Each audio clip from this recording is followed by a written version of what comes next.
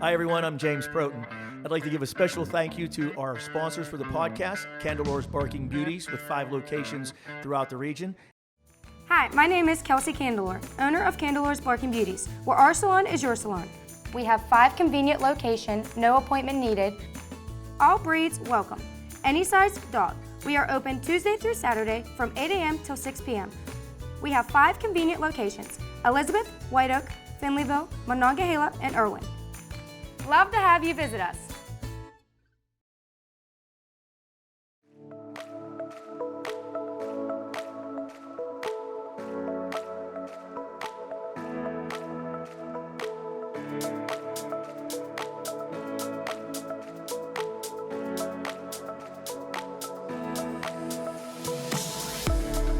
Good morning, everyone, and welcome to the podcast. It's great to have you here. We're back at Chico Bocello in Canonsburg, PA, right on Main Street, Pike Street in Canonsburg. And joining us today is somebody I've been really anxious to have you on the show and talk to you for a lot of reasons.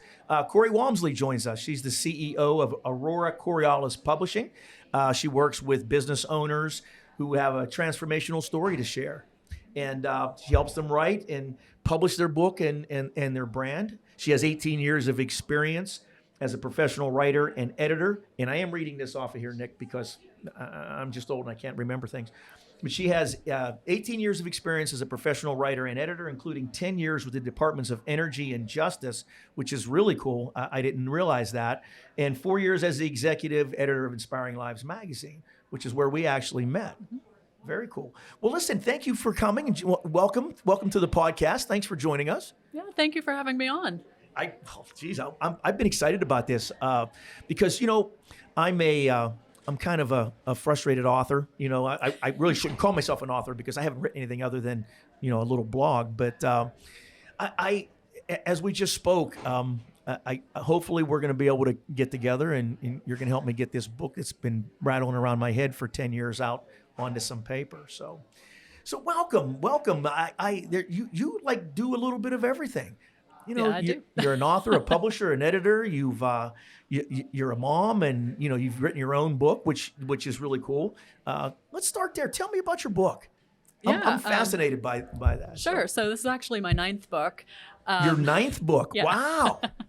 I started out writing novels when I was working at the Department of Energy and the Department of Justice. So that's where my background came from, was learning how to write those stories, learning how to... Right. When you say novel, you're writing fiction, right? Yeah, I was writing fiction on the side. And then at work, I was actually talking with a lot of scientists and helping them tell their personal stories. So that's where I started learning, you can tell personal stories and they're really interesting, and how you can dig into, what's at the core of a person and what matters to them. And some of that kind of stuff really drove my business, and that's the stuff that I wanted to include in my newest book, Braving the Shore. So what actually got me started on this book, last summer I had kind of a slower summer with business, which was nice because I got to spend more time with my kids. There you go. But I also had this horrible drive to write a book because I hadn't written in a long time, and I really missed it. And we were on vacation. I was playing with this idea in my head about a show I had watched where there was a car accident, and these people took advantage of the car accident and benefited monetarily. Okay. But of course they got in trouble at the end of the show, and everybody was, got everything back the way it was supposed to be. Sure. So I was thinking about that, and how could that happen with characters that were innocent? What would happen if you took characters that had no idea that had happened, and they benefited from it, and it was all a very positive experience? And so that was where I started spinning on that. And when you write this is fiction, of course. So when you write fiction, you kind of need to start at the end and work your way backwards and say, well, this is where I want it to end. Okay. What would the characters need to look like at the beginning? What would their relationship be? How would we make this happen for this ending to happen? So that's where I started with the book. And once I got that idea and I came up with these characters, they're twin sisters that are nearly identical, and how I would make this work, then I said, all right, well, I have to write a book about this. And I took a lot of my experiences from my entrepreneurial journey and worked them into that. And one of the characters was living this fabulous life on the outside. You know, she had this, she has a travel show where she goes to different cities and she talks about the culture there. She visits shops. She, you know, really lets people travel who are, you know, stuck at home and can't travel. Sure. So she's doing this big thing in the world and really making an impact. But it all started because she was kind of crushing down some of the things that hurt her growing up. Right. She was not working through those. And at the beginning of my book, there's a car accident, and that enables her to then work through these things and come to this conclusion about the life she had been living, that yes, I can have this, but I can also have some of the things that deeply matter to me that I've been kind of pushing down. Okay. So that's the premise of the whole book. Wow. Yeah. Wow. That's fascinating, you know, because wow. That's very cool. So where did the title come from? Braving the Shore. How does that fit into? Yeah. So it's both a literal and it's a literal thing, you know, braving the shore, actually crossing a shoreline. But it's also this idea of crossing a border in your life. So the characters grew up on an island that I made up that's off the coast of Maryland. They grew up there. The one sister stayed there and the other one was traveling the world, as I said. And she's been traveling so much she hasn't really been able to make it back home a lot. Okay. So they meet up for their 35th birthday. It's kind of a milestone birthday for them, and they wanted to make sure they got back together and celebrated it properly. And so this sister who's been traveling is saying, like, man, I haven't been back in a long time. I have to literally brave this shore and go back home to the place where, you know, I was hurt internally. Right. So she's got that idea, but also her show is about going across borders, going into different countries, going into different cities and exploring things. So there's that aspect too. But then there's also braving the shore internally, you know, crossing these borders and learning new things about yourself, being able to deeply explore who you are, which a lot of times we, as humans, we go, I don't have time for that. I've got all this on my plate. And we start, you know, focusing on this out here instead of looking in here. So that's another part of braving the shore, is to be able to cross that boundary and say, okay, you know, what is it I need to actually focus on? It's okay to be brave and focus on that. That's awesome. That is awesome. So you decide you're going to start this publishing company, and you jump into that. Aurora Corialis, cool name, by the way. Thank you. Very cool name. So you have a process. Like, as I said, you know, I've had this book rattling around in my head. So we're going to sit down and we're going to get this book from here onto paper. So the process started. How do we get started? How if somebody's out there and they're watching this and they thought, oh, it'd be nice to write a book. How do you start? What's the very beginning as a writer if you want to write a book? Yeah, the absolute beginning is to know your audience and your purpose. If you don't know those two things, then you're going to end up writing yourself into a wall and not know what to write about. So when you're looking at your audience, you have to think about who you want to impact. And your audience is never just anybody. A lot of projects I worked on in the past, I would talk to somebody and they'd say, oh yeah, it's just anybody who needs it, anybody who's out there, anybody who finds it. I'm like, no. You have to actually attract your audience. You know, a lot of people who are in business understand how to write their social media posts to attract their audience. And it's the same sort of thing. You have to look at who you want to impact. The rest of the people don't matter. It's that specific segment of the population that you want to impact that you need to be speaking to. Sometimes it's really helpful if you think about one specific person and just pretend that you're writing the book for that specific person, because then that's your demographic. That's who's going to be attracted to that book. And then the purpose is always two different things. So you need to look at what you want the audience to get out of the book. That's part of your purpose. But then you also need to get something out of the book. You can't just be writing a book and putting it out there and having no goals for yourself. Otherwise, you're not going to have the drive to actually get the book in front of the people who want it. Can't just be a word dump. Yeah, you can't. And I see this a lot too, where people will publish a book, they'll put it up on Amazon, and they'll be like, I'm done, next project. Well, that book's just going to sit there. It doesn't have legs. It's not going to go out and, you know, walk around and say, hey, buy me. You have to figure out how to get that in front of those people. So, you know, if it's something that works with your business, for example, then it's going to be something you want to get in front of people. Yeah, so that's the Makes sense. beginning. Yeah. That makes sense. And you know, when we talked, and some of the topics that we talked about, and you said why it takes people decades to write a book. And honestly, like I said, I started out doing this, wanting to do it probably 10 years ago when I started writing a blog. And I said, I'd be cool to write a book because you know, I think I have something important to share. So elaborate a little bit, if you would, on what are the common pitfalls or obstacles that people run into that aren't professional writers that basically have a message in their heart they want to share with people. Yeah. Right. Yeah. So there's tons. Some of it is that they don't have the author mindset. They can't picture themselves actually having that book out there. So then they end up doing, you know, procrastination. They pick up the book and edit it forever. It's not ready. It's not perfect. So you've got all of those kind of things going on. Right. And then, you know, sometimes people just don't know what to write because they are so used to talking. You know, we sit and talk all the time about what we do in business, but not everybody will sit down and write, you know, several hours a week about what they're doing. So they're not as comfortable with it. So, you know, if somebody's thinking about writing a book, sometimes it is helpful to write a blog first. Sometimes it's helpful to be doing a lot of articles for, you know, online magazines, for example.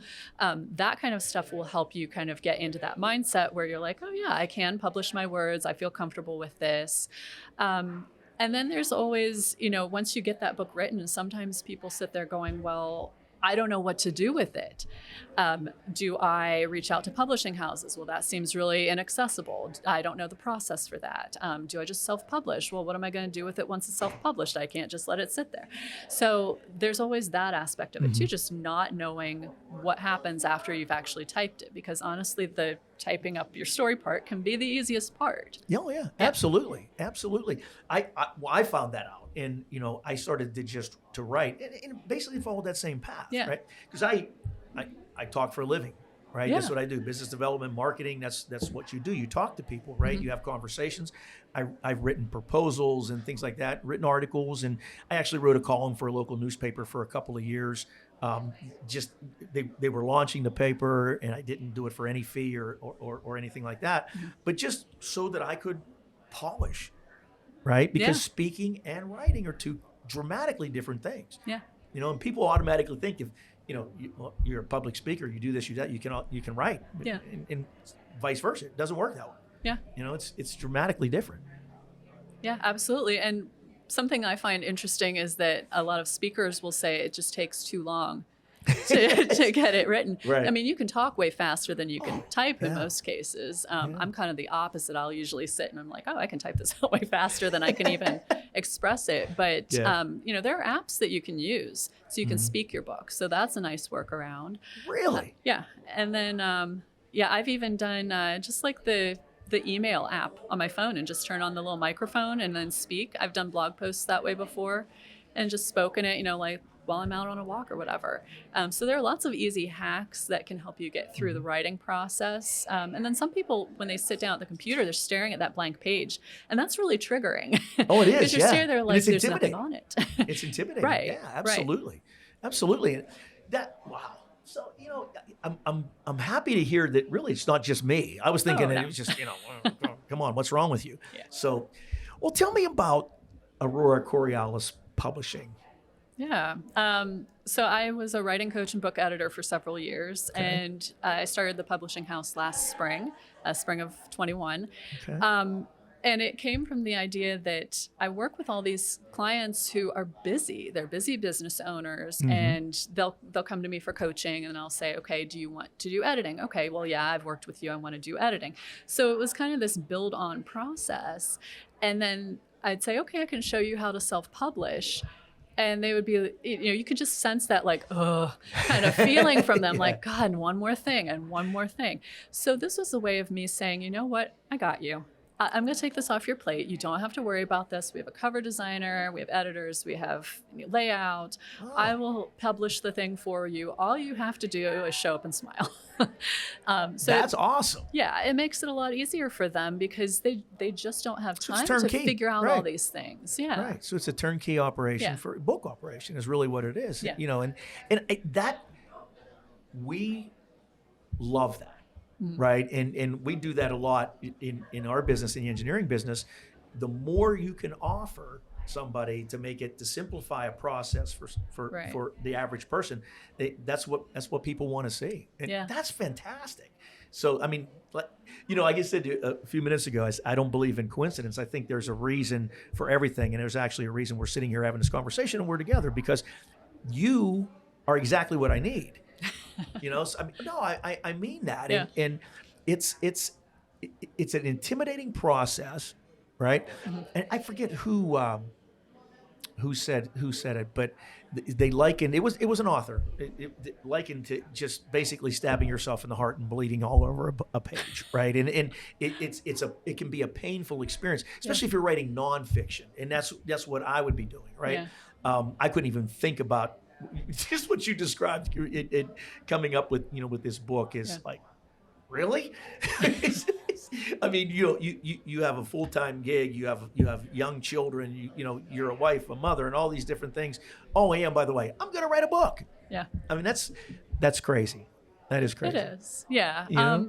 But when you have that drive to write a book, it's not going to shut up. It's not going to stop. You're always going to have that little like poke. Hey, it's time. You're going to do this. Yeah. So you just might as well do it. So no, that's awesome. So people can get your book on Amazon? Yeah, it's on Amazon and BarnesandNoble.com. Oh, okay. Yeah. Okay. Fantastic. So tell me a little bit about you. I get all of this stuff, and I know this, and that's how I know you. But tell me a little bit about your journey. What brought you? Where are you from? I grew up in Bridgeport, West Virginia. It's a little south of Morgantown. Exactly where it is. Sure. Yeah. I know exactly where it is. Yeah. Grew up there. Went to college at WVU. I majored in biology and English, and then I got my master's in English because I didn't want to grow up. So I just stayed in college. The fun thing that I found out in college was that you can read books and get a degree in it. So I was very excited about that because I love to read. Okay. At that point, I was kind of dabbling in writing. I actually... my major was literature, so I was studying mostly Victorian literature, which everyone's like, really?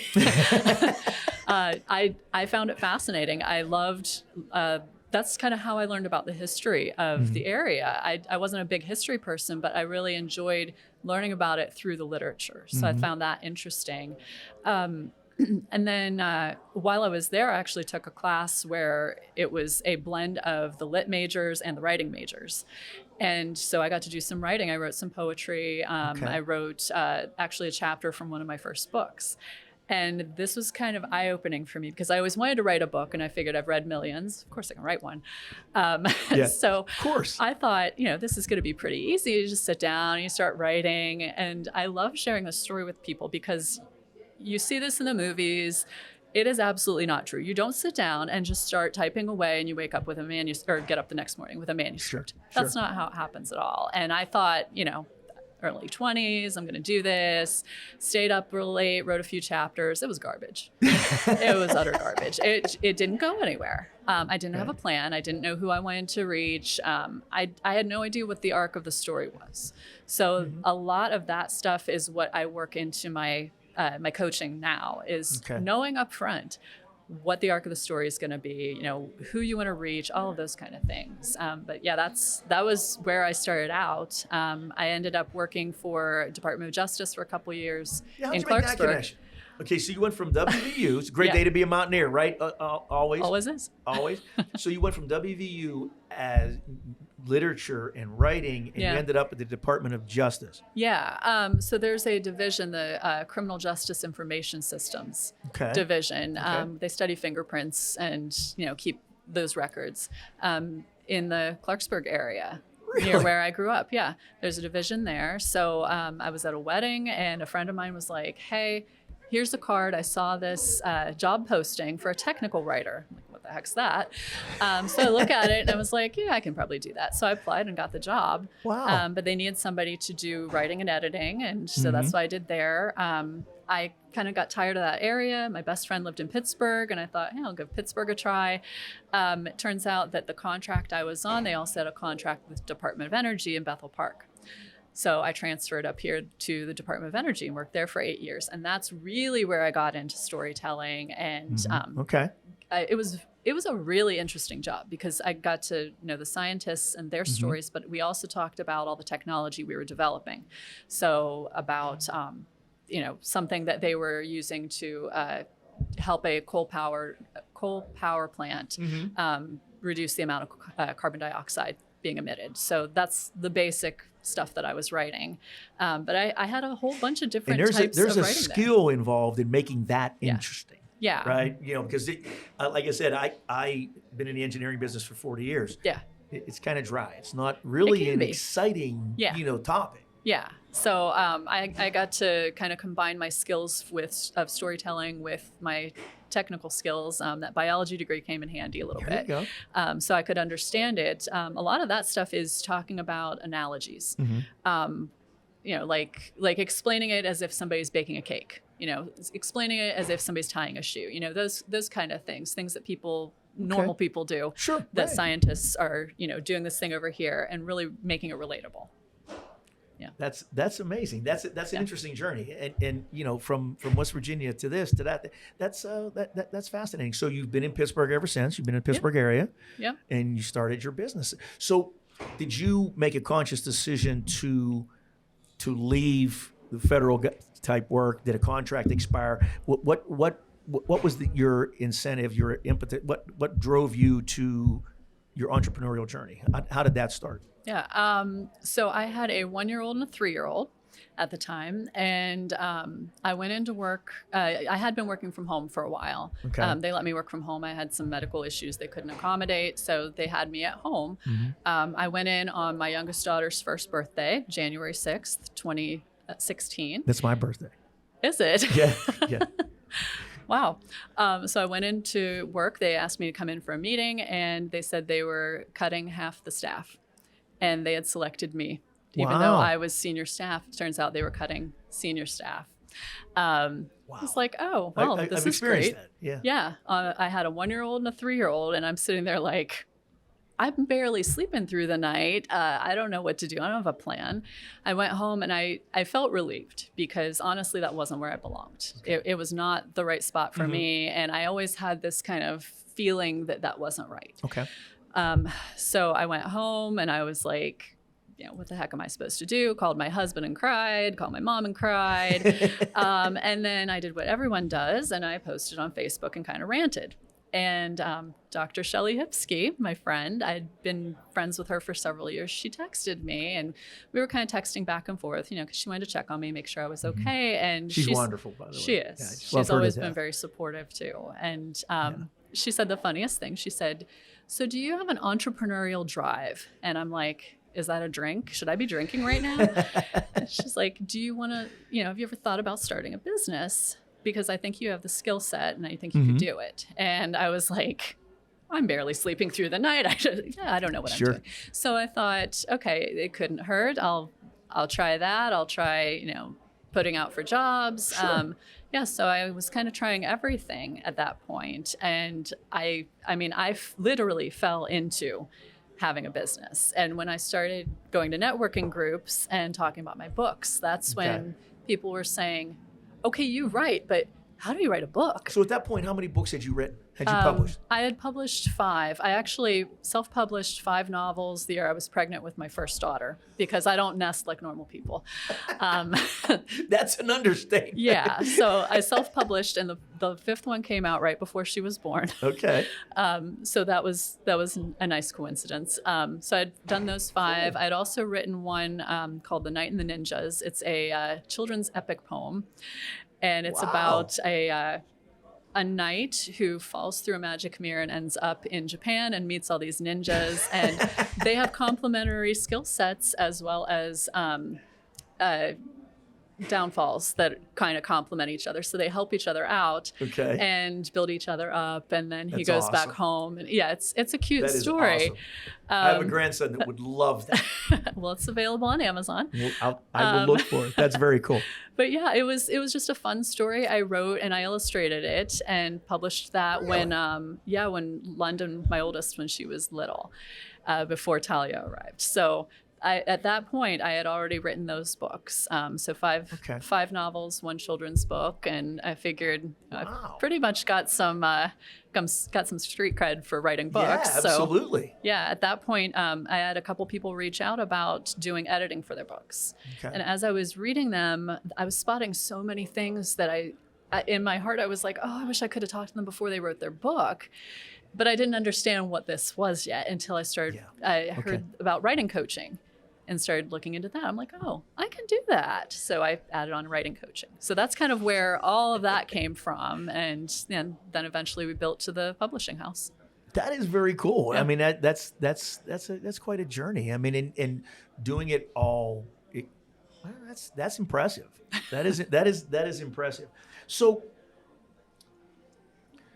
let's talk a little bit about, you mentioned self-publishing, and I have this image of what publishing is, right? Mm-hmm. But there's self-publishing, there's traditional publishing, there's hybrid publishing, there's all these different things. It's just like any business. Once you start to dive into it, you realize that, what you thought was this big is this big. Yeah. Right? Yeah, there are a lot more options than most people would know. Mm-hmm. Usually, growing up, we knew publishing as the publishing houses in New York. Right. So that's considered traditional publishing now. You would need to find an agent in most cases. There are some smaller publishing houses that don't require agents, but if you want like the big five, you need to have an agent, and the agent pitches to the publishing house. Okay. So there's a gatekeeper first. Sure. And I actually, before I self-published my novels, I had hunted for an agent. I had one for couple years, and she never managed to get me a contract. So it's not the easiest thing. And usually when you're pitching an agent, you also need to know what your marketing plan is. Yeah. And today, especially with all the competition from self-publishing, from hybrid, from, it's a lot more accessible to publish without going through them. If you really want to go through them, then you need to have an audience. You need to have an author platform. And of course, those are things you would need anyway, but they require it before you come to them. So if that's something that somebody wants to look at, those are some things they need to get in place first. And that's the long path. It can be, yeah. That's got to be the hard road. I mean, really, to get a book published. Yeah, it's a little harder. Of course, once you get your foot in the door and you have your connections, just like anything else, it's a little easier. So, like, if you had a contract for one book, it would be much easier to get a contract for a second one because they know your work. They know that you sold X number of books, all that kind of stuff. Okay. Yeah. Self-publishing is, of course, done by yourself. A lot of people, when they self-publish, they realize how much more difficult it is to do it on their own, just like most other processes. Right. So the other issue you run into with self-publishing is there is somewhat of a stigma with it because some people will just write a book, slap a cover on it that they designed themselves, and just put it up on Amazon. So you do have some people who aren't doing the quality publishing that you would expect from most books. That has gotten better as people have, stepped up and said, no, you need to have this standard, you need to have a professional editor, all those kind of things. But it is tough if you're doing self-publishing, trying to track down all of those people. I know when I was self-publishing, I had a friend who did all my editing. Of course, I knew lots of editors because that's the industry I was in. Okay. So I worked with her on the editing, and we did a pretty good job on that. And the excuse me, the illustrations for the covers, because I did middle grade fantasy for 4 of the books, I actually reached out to the woman who was the artist that inspired my work when I was in grad school. Okay. For that particular class where I had to be inspired by somebody's art and write. That was our assignment. And I reached out to her and had her do the illustrations for the covers. That's very so cool. That was a cool project. Yeah. But again, not everybody knows those kind of people. And so I was lucky and knew an artist who could do design on a computer, and she did some beautiful covers. But yeah, when you're self-publishing, I know that was a long story, but self-publishing, you have to find all the right professionals to do it. And, there are even some steps that I can say, like, I cannot do an EPUB file. So if somebody needs to have an EPUB file done, I contract that out. Okay. And that's something we do for every book that we publish, because that's not my specialty. I don't have a program for it. I don't Right. have the bandwidth for it. Right. Well, and knowing that is a skill in itself. Yeah. Right. Yeah. And I think that a lot of people, when they decide like, hey, I'm just going to self-publish, they don't realize the gigantic piece of knowledge that they're going to need to do all Right. of this. Yeah. A lot of moving parts. Yeah, a lot of it. And then the hybrid publishing house, that's what we are. And that's kind of an in-between. So you have the professionalism of the traditional house, and then you also have the simplified pathway that you get with self-publishing. So Okay. somebody can come to us and say, hey, I need to get a book out by February. Is this something you can accommodate? And I can look at our timeline, look at everyone else we're working with and say, yes, we can do February, or hey, we can do March. Does that work for you? But you know, we do certain types of books. It's not, you know, I'm not going to take like a dark fantasy book, for example. That's not us. Right. But it's more accommodating for more authors. Okay. And I like that about the hybrid model, because you can say, hey, I know I have a good book. I know I have a good audience to pick this up. I don't have the connections. I'm willing to, you know, put forth some of my effort on my end. I'm willing to fund this myself because I believe in the project. So I do love that about amazing. hybrid. And I think that's what amateurs like myself, that's exactly what I need. And I think there's a lot of people out there who, like me, would love to write a book, but are intimidated by the whole process. I mean, that makes it easy. Anybody can do it. Yeah. With you guiding them, I mean, you know, anybody can do that. Yeah. Yeah. So, I read something the other day in anticipation of our conversation about what makes a bestseller, right? Okay. And it's nothing like what I thought. Right? Yeah. People think it's a bestseller. It's on the New York Times bestseller list. It's sold 1 million copies. It's not necessarily the case.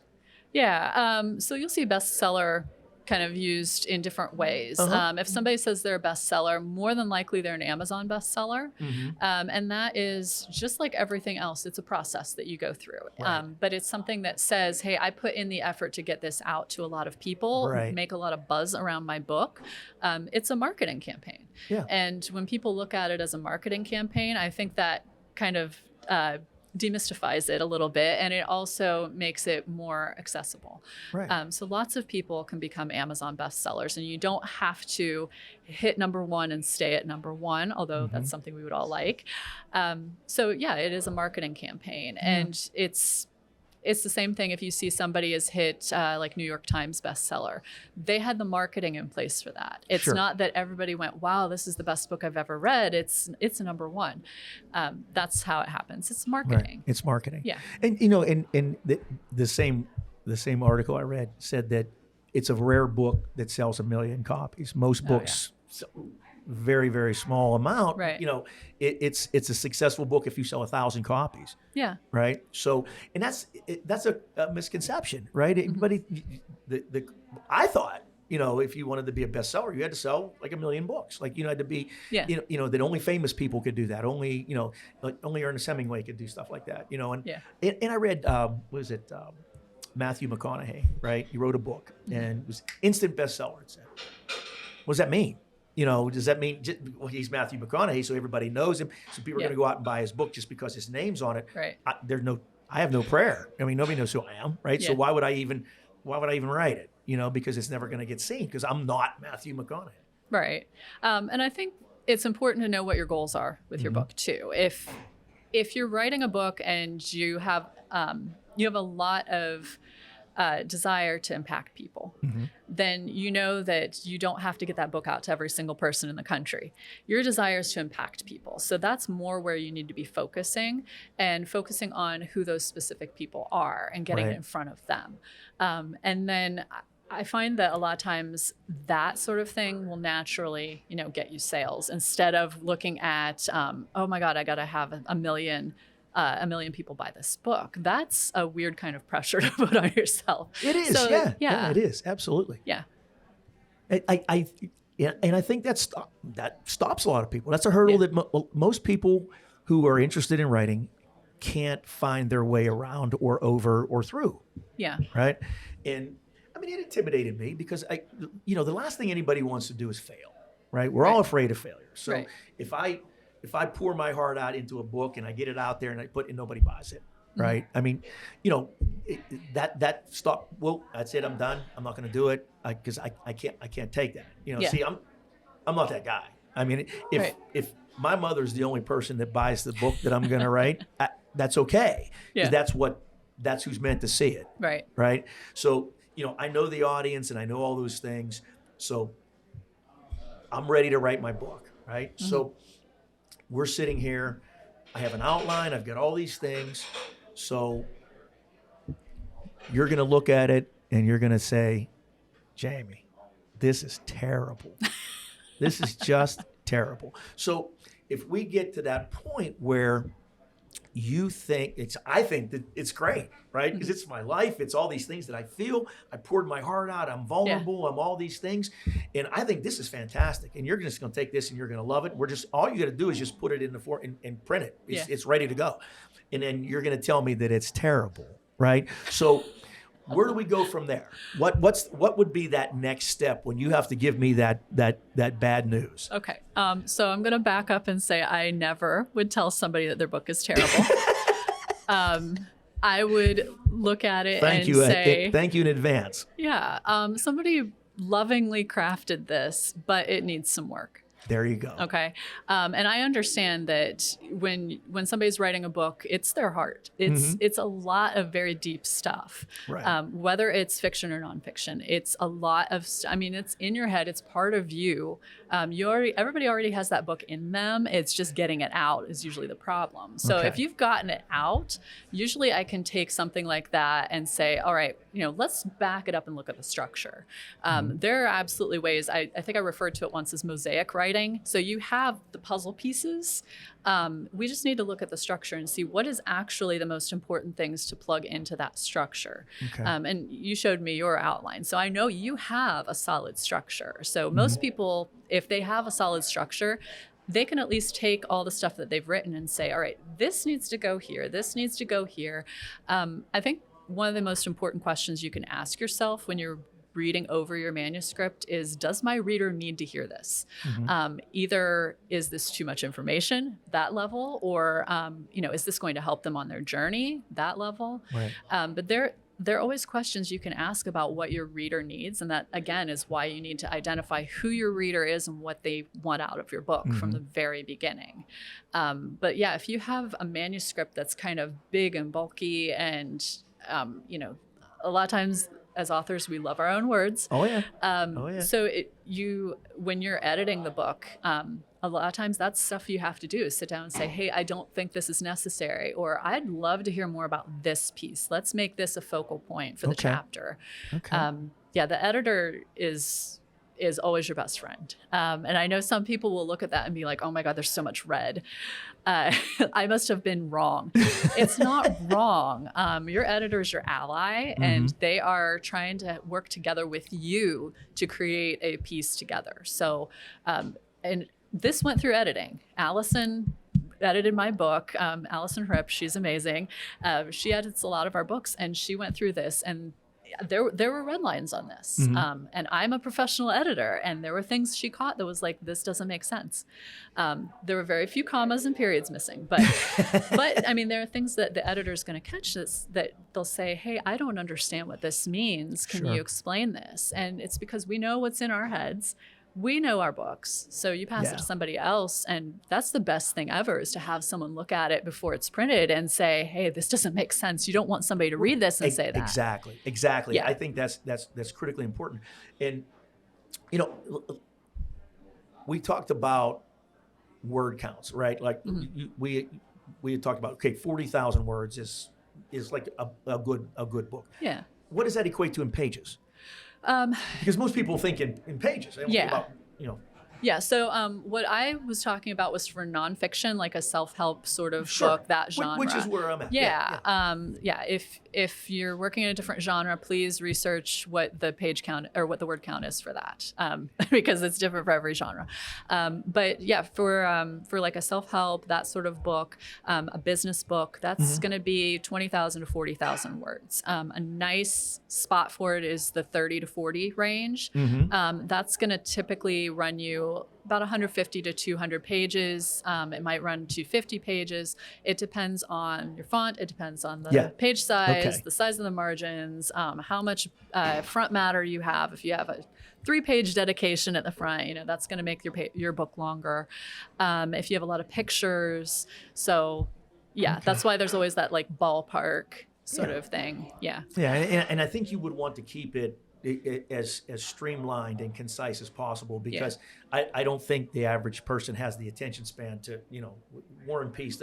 That's, if that was published today, nobody read it. Yeah. I think, now I will say fantasy books tend to be a lot longer, and that, when they're reading in that genre, they expect that. So that's why it's always good to research your page count, because your audience in that genre expects a certain thing. Romance books are going to be longer than a self-help book. And always look at, this is interesting too. So I have had a couple authors I've worked with who they wanted to create like a pocket guide, like a, grab it, read through it, now I know sort of book. One of them, Marta the Minimalist, she's Marta Greca. Dropped her name for a second. Marta Greca. When I worked with her, she sent me her manuscript, and I said, if this was anybody else, I would have said this isn't quite long enough. But she's a minimalist. That is her thing. If she wrote a long book, you'd say, what is this? Right. Her audience wants it streamlined and to the point. So it was perfect for her. Okay. Wow. That's amazing. It's so broad. It's such a broad brush. It's just like art. We have all these great paintings around, and some of them I look at, the heck is that? But there's a very talented human being behind that painting. Just because it doesn't resonate with me doesn't mean that it's not an amazing work of art. Right. And books are the same way. Words are the same way. Not everything you say or write resonates with every person. That's why it's so important to know your audience. Right? Yeah, absolutely. And I paint too. Do you really? Yeah. So I do like using painting as an analogy. What? Do you ever sleep? Yeah, I do. Do you? I was gonna say you're like doing so many different things. That's awesome. Yeah, awesome. I'm very structured. I'm very specific about my downtime. I know I need a certain amount of downtime. And again, part of the entrepreneurial journey is learning that stuff. That's a big deal. Yeah. That's how people burn out, right? Yeah. Because they don't pay attention to that. Yeah. So you wrote a children's story, right? The Knight and the Ninja. Yeah. Right. Which is really cool. So do you do a lot of children's books? We've been getting a lot of requests for them recently. I actually have written 2. So that was kind of where I started with wanting to work on children's books. I wrote one with my daughter London when she was 5. Okay. And that was, being a parent and reading all these books, I was realizing there are a lot of them that just don't have great messaging. A lot of them where the storyline's kind of crappy. The illustrations are awful in some of these books. And I'm like, this is subpar. Come on. So we can put out better children's books. Well, when London and I wrote her book, she came to me, I was in the office, and, to her, this is normal. She grew up watching her mom write books. She grew up watching me help authors. So she walks in, she's like, hey, I want to write a book. I'm like, At 5. You're 5. Sure. Why not? What is all your life experiences? Let's get this down. She said she wanted to write about her monkey coming to life. She has a stuffed monkey. She still carries it around. It's her best friend. And she wanted to write about monkey coming to life and granting wishes. How cool is that? So I walked her through the process like she was one of my clients, and sat down and, asked her questions and stuff. And I realized, there are a lot more stories out there that are super creative. Yeah, and, cool. just like the adult books, like there's so much super creative stuff out there that really needs to be out. And because you start with children, like changing the world. So they need to see these kind of messages. And so we started with Monkey Mermaid Magic, and I did the illustrations for that. And it's about, listening and paying attention, not getting so caught up in what you're doing that you leave your best friend out. Because in the book, Monkey's sitting on the side kind of like, they're ignoring me. I'm just here for them to have their wishes granted. They don't really care for me. So you get to see that in the kids recognizing like, oh no, we did this to Monkey. I can't believe this. And then them talking to her and, rebuilding that trust within their group. So having gone through that, all of a sudden last summer, I started getting approached by people who had children's books. And the first one we did was The Rings That Sing. Christine Smart, she lives in Texas. We have a mutual friend, so that's how I connected with her. And she said, I wrote this book years ago and rediscovered it. And it's a book about owning your innate gifts, and it's for children.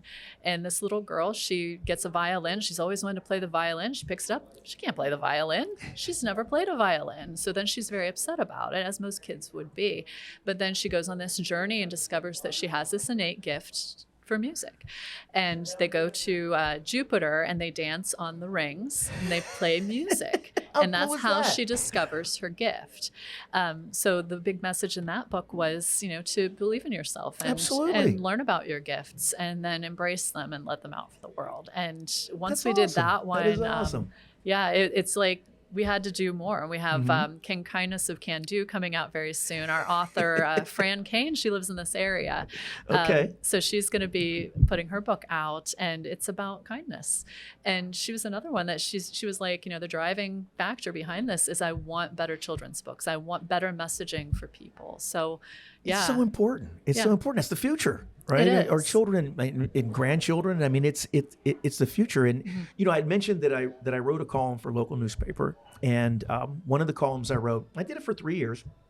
And one of the columns I wrote, I called "Be Like Gary." Okay, and it was a story, and it wasn't directed to be a children's book or anything. It was just telling a story that I thought was funny, but it had a message behind it. Yeah. Right, and my grandson Jace, when he was probably 3 years old, they were stationed in Charleston. They went to the state fair, and he won one of those goldfish in a bag, that usually live for about 2 hours. Yeah. Well, for whatever reason, Gary thrived. Okay, Gary was kind of a pretty cool dude. Yeah. So whenever mom and dad were doing stuff, Jace they would FaceTime grandma, my wife, and Jace he'd go up in his playroom and they would play, right? And she would basically babysit him on FaceTime while they were doing something downstairs in the house. Yeah. So, and he always would play with Gary. He'd take him out of the thing and hold him in his hand and show him, and he'd put him back in. So our son's first deployment, because his wife, they were young, and Jace, they came back here and they stayed with us while he was deployed, because it was almost a year deployment. So what are we gonna do with Gary, right? Well, our son Dylan found out that you could actually mail a fish. So he put Gary in the mail and he got delivered to our house. Oh my goodness. So Gary shows up in the mail one day. So Jace is ecstatic. It's before he went on his deployment. So we put him in his little tank. Now, we have this menagerie of pets, right? And there's a hierarchy. There's a very clear hierarchy of the pets, because our grandkids go out and get these pets, and then they realize they either A, can't take care of them, really B, they really didn't actually want a pet. Once the novelty wore off. So they all wind up at my house, right? So there's Walter, who's a dog. There's Jasper and Oreo, who are cats. There's a bunch of guinea pigs. There's a goat. There's turkeys. They're all these men. So I wrote this story about how, the hierarchy of it. Walter's he's the top dog, right? And he goes out and they get to go outside and they see all these wonderful things, and Gary's stuck in this little fishbowl, but he's really proud of this little fishbowl because that's his home, that's his thing, right? And it just goes on, and I got more positive feedback about that silly little story than anything else that I had ever written. Huh. I mean, it was just amazing. But people would tell me, "Oh, but I read this to my son or my daughter, and the message is so cool about be proud of who you are and where you are and all these different things." So, I think in that respect, children's books, the messaging, it doesn't have to be, simplified.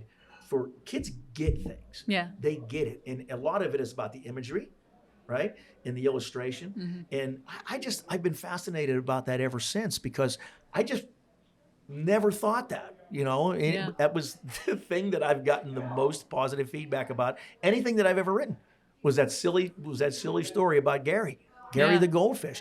And the cool thing about it is he came back from the deployment. They went back to South Carolina. Okay.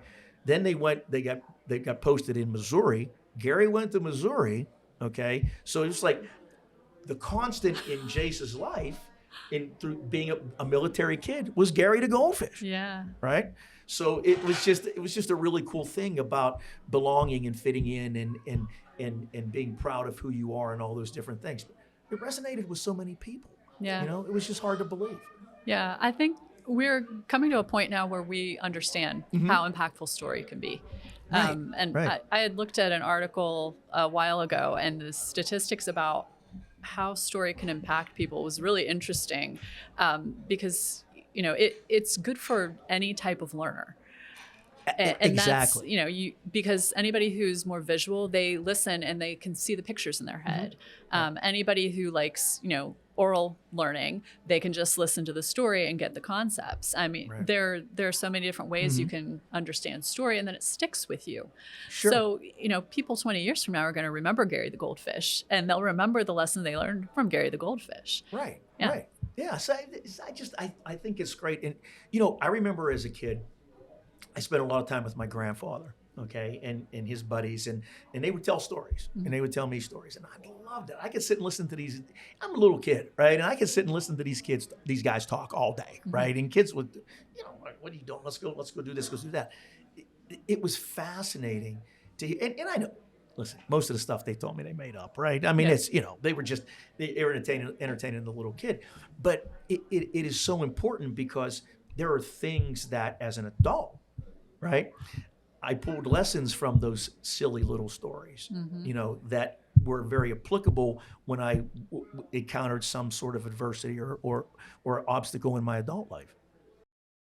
So you have this free offering, which is really cool because I love free stuff like most people do, the Sell with Story Guide to help people leverage their story and work within their brand. And tell me about that, because that's really cool because,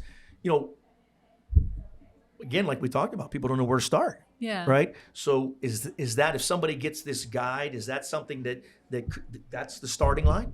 Yeah, it's something that they can look at to get started on everything.